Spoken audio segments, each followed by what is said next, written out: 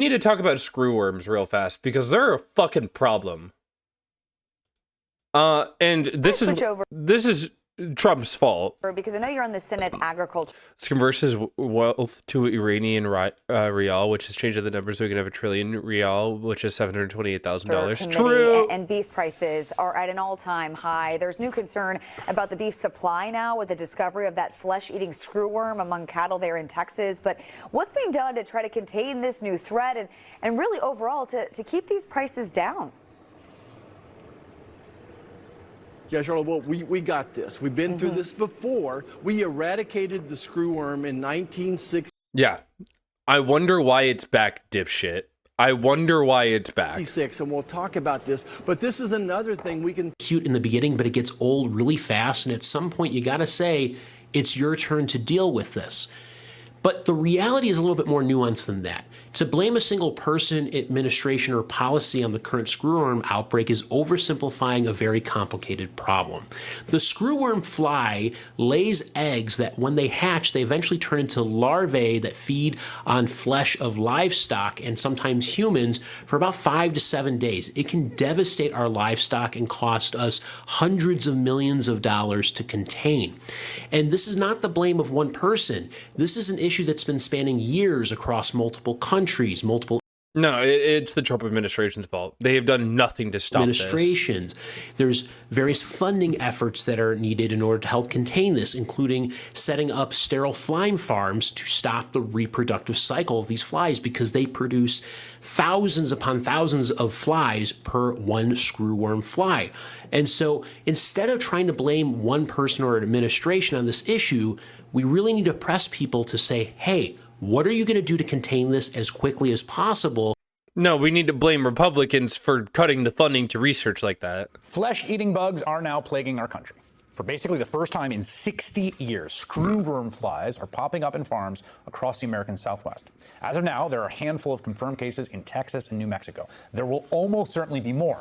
Now, if you're not a cattle rancher, the possibility of flesh-eating screwworms terrorizing American homes was not likely on your radar. And that's because when the government is doing its job, when the obscure bureaucrats who work tirelessly... Yep. If we're not using... This is why it's so important to have, like, nonpartisan people in the government. People who do menial tasks that seem really, really, really fucking boring is so important. Because they stop shit like this from happening, and Trump has gotten rid of them all. Tirelessly throughout the continent to assess risk and mitigate harm are left unimpeded, as has been the case for decades. You don't have to worry about it. That's someone else's problem. The screwworm is a great example. An infestation can be absolutely devastating to individual animals, farms, and then the entire agricultural industry. I'm going to show you some of it, and I'll try to spare you the gory details. They're really pretty gross. These are flesh-eating parasites that lay their eggs in open animal wounds, often in cattle. They spread rapidly, and they can eradicate an entire farm's worth of livestock. Hundreds or even thousands of these maggots can gather in one wound, and the consequences are often fatal for the mammal. This was a huge problem throughout the American Southwest in the early to mid-20th century. And after extensive research and cooperation between the government and ranchers, the USDA came up with an ingenious solution to eradicate the screwworm. Basically, they would sterilize the male screwworms and then released these sterilized males into affected areas because if enough males couldn't reproduce, the population would eventually die out. Screwworm infestation confirmed by a positive identification sets off... Yeah, basically we sent nuclear flies throughout the Southwest. They sterilized them. Series of emergency activities at Screwworm Eradication Headquarters at Mission, Texas.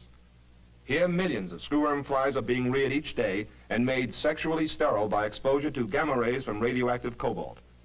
Released in special patterns and in large numbers, these laboratory-reared flies fight... Dude, what a guy. What a job to have, right? You're flying over West Texas, South Texas. You're like, I'm dropping flies out of my motherfucking plane. For us against an outbreak. Now, this, I guess on its face, could sound in the wrong hands kind of silly. The government wanted to spend a bunch of money to study the sex lives of insects. It's so important to have. Remember when people were getting upset about the shrimp on a treadmill shit? We get research like this that's important from studies like that. This is why we need hundreds of $1 million in research across the country and across the globe, honestly. And that's why countries like China are so far ahead of us research-wise, because they don't waste their money on military spending. They just do a fuck ton of science. Meanwhile, they also disappear their people, but I will never be caught being a China defender. One knew if it was going to work when it started, and it was not lost on the USDA scientists that came up with this, that this was the kind of thing that right-wingers could pounce on. You know, it's always been federal activity has always been a target of some people, you know, trying to say that you're wasting money or something like that. And especially since this had to do with the sexual behavior, we knew that if the media got a hold of that, they could make quite a deal out of this, you know. Yeah. They like research like this has been done behind the scenes for decades, saving the world from issues constantly. And it's always having to be avoided and hidden from conservative groups. It's why the Nazis burned so much shit in research right when they took power. Here's this idea of controlling an insect by sterilizing the male. I know it's weird to say that people don't hate Nazis enough, but we really don't hate Nazi Germany enough. And releasing them. So we didn't say much about running the experiment. Pretty astute. That was Edward F. Knipling. He was a USDA researcher in the mid-20th century who helped devise this plan. Thankfully, he was allowed to continue and even expand his work. Through sterilization and also strict monitoring, we basically had a bubble of safety from these pests that stretched all the way down the continent to Panama. And so the problem was eradicated from this country for more than half a century. Then Donald Trump became president for the second time, and he tasked this guy with slashing the federal budget. This is the Thank you, Elon Musk. Thank you. Thank you, Elon. You're doing such a good job. chainsaw for bureaucracy. Chainsaw. Don't forget, this guy's now a trillionaire. Elon Musk and his small gang of 20-somethings took their chainsaw to the entire federal bureaucracy, cutting funds for programs like Ebola virus prevention and containment. Which, now we have an Ebola outbreak in Africa. They had to undo that one. And screwworm eradication is precisely the kind of things that conservatives, and Musk in particular, would try to gut. In fact, in June of last year... Fly with treadmill shrimp. It's literally all the same to them. Here, the right-wing outlet Newsmax called for Elon to kill this exact program. Quote, a government agency spending $300 million in taxpayer dollars to produce sterilized flies sounds like a dream scenario for a Doge team looking to cut waste, fraud, and so important we don't cut research. It is beyond important we don't cut research. But nope. But here's the thing. The Trump administration had already taken its chainsaw to the cause of eradicating flesh-eating parasites. A headline from March of last year, quote, screwworm monitoring among the... And farmers know how dangerous this is, by the way. This is not lost on Southern farmers how dangerous this is. ...foreign aid programs killed by Trump. Who knows why? Maybe because one NIH study on the worms had the word transgenic in it and someone just canceled. He's so funny sometimes, guys. He really does make me laugh. Every grant with the word trans. Possibility. But also, as it turns out, screwworm monitoring abroad was not waste, nor fraud, nor abuse. No. It was a sensible, cost-effective program to treat a very serious problem, and the Trump administration gave up on it. We stopped coordinating with Central America to monitor the situation, even as the pests were inching closer to our southern border. And now... And those Southern American countries had no obligation to help us. And they still tried to. Zero obligation to. Based off research from the USDA's own expenditures report that have been updated since 21, funding to the USDA research has been tremendously low since the 2008 marketing collapse. It has never been increased, going from $8 billion in 2007 to over $6 billion in 2021. Yeah. But again, it hasn't been updated since 2021 for a reason.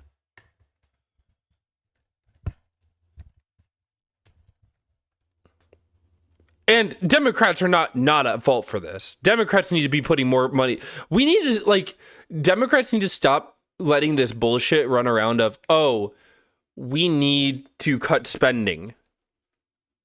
shit out. Like, we need to stop this shit. It's tremendously damaging to our country. It's beyond ruining to our country because we need to spend.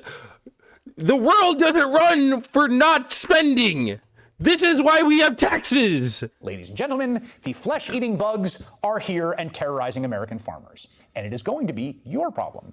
Because beef prices are already through the roof. And if screwworms result in multiple cattle herds being culled and supply dwindles, that's going to get worse. As The Atlantic points out, quote, the screwworm program costs $15 million a year, a small fraction of the estimated $796 million a year it saves American farmers. That estimate from 1996 is equivalent to $1.3 billion in today's dollars. And what's 796 inflation calculator? CPI, January of 1996. Jesus Christ, it's been a while since 96, hasn't it? 796 million? That's 1,000 million. Right? Cool. Calculate. Please use value. Man! 1996. 796.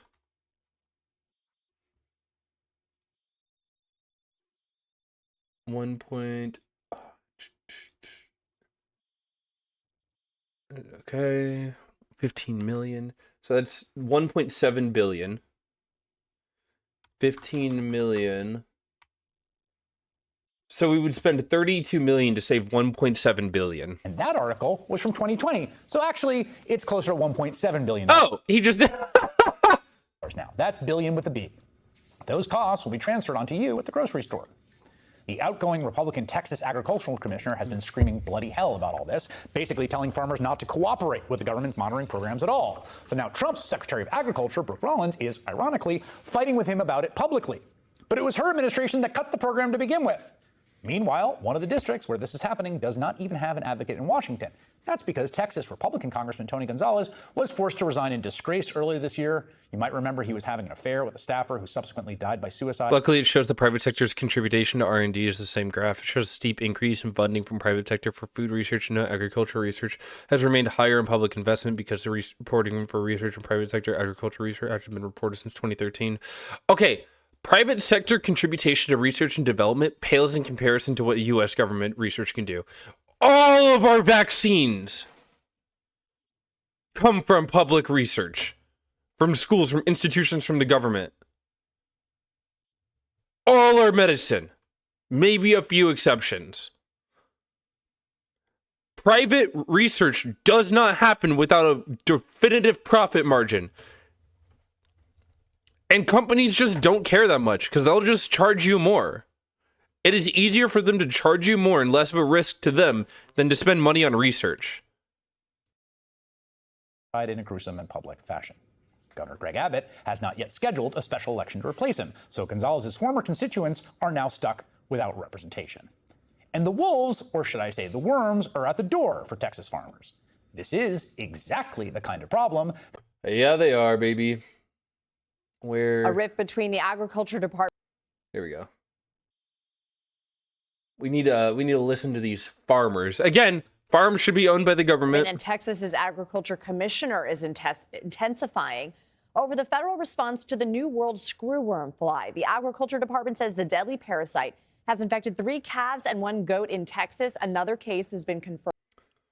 Oh, and now you can buy over-the-counter medication for your dogs and pets. In New Mexico. In a statement today, Texas's agriculture commissioner and longtime Trump ally Sid Miller once again called out the government for not doing enough to stop the outbreak. Miller said in part, quote, "We have a narrow window to stop this pest before it gains a stronger This is your fault. Foothold in the United States. Washington needs to move faster." Miller has also expressed concern about farmers not reporting screwworm cases because they're worried about quarantines and the government. No, it's because Trump administration and Trump staffers told them not to. Controlling their farms. At a press conference yesterday, fellow Texan and U.S. Agriculture Secretary Brooke Rollins was asked about Miller's comments. That is a very unserious comment from a perhaps unserious ag commissioner with just a few months left. It is also a very dangerous suggestion, if you will. Texas Agriculture Commissioner Sid Miller joins us now. Commissioner, thanks again for joining us. What's your response to what the secretary said? Well, that was uncalled for. I thought it was rather childish and unstatesmanlike. I find it kind of comical that she thinks I'm unserious. That's like calling it Hercules weak. I'm very serious about this. I'm the most serious person, much more serious than the USDA is about stopping this threat. True.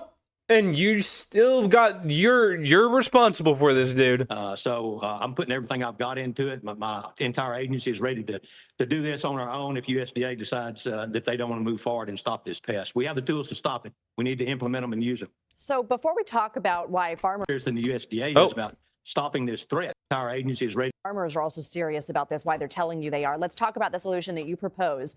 The U.S. cattle industry began sounding the alarm over screwworms when they were detected in Mexico in 2024. The USDA has been deploying sterile male flies to stop screwworms from returning. But you're proposing something instead. What is that, and why is what the USDA is doing not enough? Well, what they're doing is the same thing over and over again, expecting different results. That's a definition of insanity. They're releasing 100 million sterile flies a week. Been doing that for 18 months, so we've released over 7 billion sterile flies. Yet we have more cases today than when we started, and they've marched from southern Mexico 1,100 miles into Texas and New Mexico. Things change, but nature adapts. You got to do more research. It's not working, folks. We have a tool. The USDA has it. They come up with it. They've deployed it. They've used it in the past, called the SWAS system. That's Screwworm Adult Suppression System. It's basically a fly bait. You put the fly bait out, and past it's killed from 80 to 95% of the screwworm flies. You follow up with sterile flies. The reason the sterile flies don't work is that they release 100 million flies, but half of them are females. The ideal is to get the male the sterile male to mate with a fertile female, and there's no offspring. Well, they don't mate with the fertile females. There's a fertile sterilized female right beside them, so they just mate with each other. Maybe 1 in 100,000 actually goes out and finds a fertile female to mate with. So it's not working. Why do you think the federal government doesn't want to deploy the SWAS method? I've asked them. They don't have a good answer. It's their program. It's not mine. The very first time I brought it up to Brooke Rollins, she says it's environmentally insensitive. I said, well, what does that mean? I don't get it. She said, well, it might kill some good flies. I said, well, I don't know what a good fly is, but let's say we kill the good flies. You've got a $1 billion fly factory. Let's go make some more flies and turn them loose. Let's get after. The number one thing is to eradicate the screwworm fly. His answer's not great here because, yeah, I mean, she's not 100% wrong. You can't just like fucking carpet bomb the entire southwest of America. But the thing is, you also do need to do research on shit like this. The reason why you're not getting results is because you're not having more research on shit like this. Man, this shit makes me so angry just to watch. Watching the world burn is never fun. It's never fun, chat. What's at stake here, Commissioner? The world. What's that? What's at stake here? What are farmers telling you? Well, it's a over $30 billion industry in Texas, just our livestock industry. But we have a wildlife industry that's huge. We have over 1 million acres under high fence. So, but it's not. Look, it's just not agriculture. This. Mainly, and you had it on the screen, there was a dog. Most of these cases recently, a lot of them anyway, are dogs, pets, cats. You know, just a bite from a tick is enough to attract a screwworm fly and infect your pet. The 275 human cases in Mexico, 2 of them died. So this could affect any and everybody. It's not just ranchers that, with cattle. It's sheep, pork, goats, pigs, feral hogs, it's wildlife, it's chickens, it's poultry, it's anything that has warm blood in it is susceptible to this pest. Okay, Commissioner Sid Miller, thank you for joining us. Thank you. It's your fault, dude. I'm not gonna lie. It's kind of your fault for this happening, and I have no sympathy for him. Though I do have lots of sympathy for some farmers. But remember, a lot of farmers voted for Trump, and they fucked us economically. I don't know how much sympathy I can have. We need farms to be owned by the government. So farmers stop voting for their own demise.